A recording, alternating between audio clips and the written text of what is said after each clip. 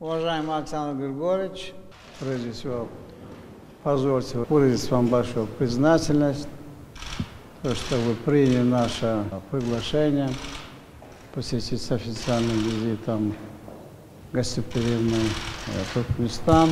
Ваш официальный визит нынешний, он символичен для нас. Открывается новое здание посольства Республики Беларусь в Ашхабаде. Открывается в Либавском вилаяте Горлыке горно-обогатительный комплекс по производству калийных удобрений. Поэтому, как видите, наши взаимодействия всегда конкретно пополняются. В сегодняшнем, все-таки непростом глобальном пространстве наши взаимодействия, как и политической, и торгово-экономической, и культурно-гуманитарных вопросов, они, наоборот, более активизируются.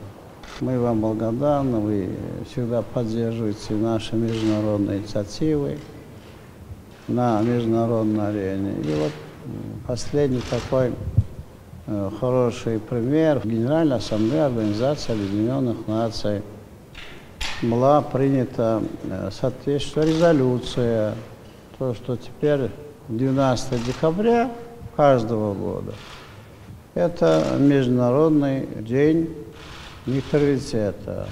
Вы не только нас поддержали, но и были коспонсорами. Мы вам очень благодарны. Торгово-экономические вопросы, они сегодня у нас очень многогранны. По многим отраслям у нас имеется много очень потенциалов. И самое главное, то, что мы правильно сделали, создали межправительственную комиссию по экономическому сотрудничеству, которая именно координирует эти вопросы. У нас находятся новые формы общения, то есть увеличение товарооборота, культурно-гуманитарная сфера, она всегда нас объединяла. И мы правильно делаем, что придаем значение как вопросам образования. И, кстати, я могу еще раз подчеркнуть, что основная плеяда нашей молодежи сегодня обучается в стенах высших учебных заведений вашей прекрасной страны, то есть Республики Беларусь. И мы уверены, что вскоре они будут все профессиональными специалистами, которые принесут благо будущее не только Туркменистану и Республике Беларусь, да, я думаю, и многим другим странам и народам, чем мы вам и очень благодарны. Очень много мы делаем с вами по вопросам науки, изучения прикладным исследованиям, взаимное обогащение нашими, я бы сказал, национальными особенностями, и это историко-культурное наследие, изучение. Еще один немаловажный вопрос для нас. Я думаю, это все-таки спорт. У вас страна развитая. 17 сентября открываются 5-е азиатские игры по боевым искусствам и закрытых помещениях. Там 21 вид номинования спорта. Мы, конечно, рады были бы видеть ваших спортсменов, тренеров, которые бы обогащали себя взаимно опытом. Я знаю, у вас тоже вот скоро намеревается проведение европейских олимпиад, и я думаю, это было бы нам очень поучительно. Поэтому, как видите, наше взаимодействие идет только по восходящей линии. И самое главное, то, что оно из года в год активизируется. И мы уверены, что выйдем на высокий уровень в вопросах нашего сотрудничества. Я, пользуясь случаем, хотел бы выразить и вам большую благодарность. Вы очень много уделяете именно укреплением уз дружбы между нашими народами, как Туркменистан и Республики Беларусь.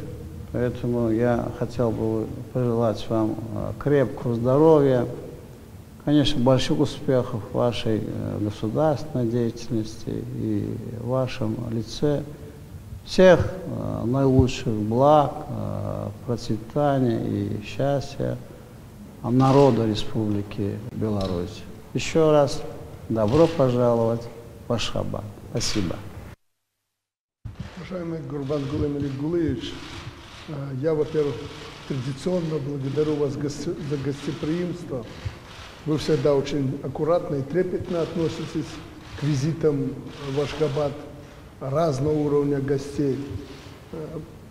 Каждый год, через год, приезжая к вам, я вижу движение вперед. Я уже откровенно говорил, я завидую тому, что творится здесь. Да и вообще, мне вчера рассказали о ваших экономических успехах. Все-таки больше 6% прирост ВВП за год во времена мирового кризиса. Редко кому удается. Это потрясающая вещь, учитывая то, с чего начинали вы. Это в основном углеводороды. И не дай бог вы не диверсифицировали бы экономику в свое время, последние годы. Трудно было бы вам и стране. Вы сделали мудрые в свое время, приняли решение по диверсификации экономики, строите предприятия реального сектора экономики. И это дает сегодня результат, и это вообще спасает страну.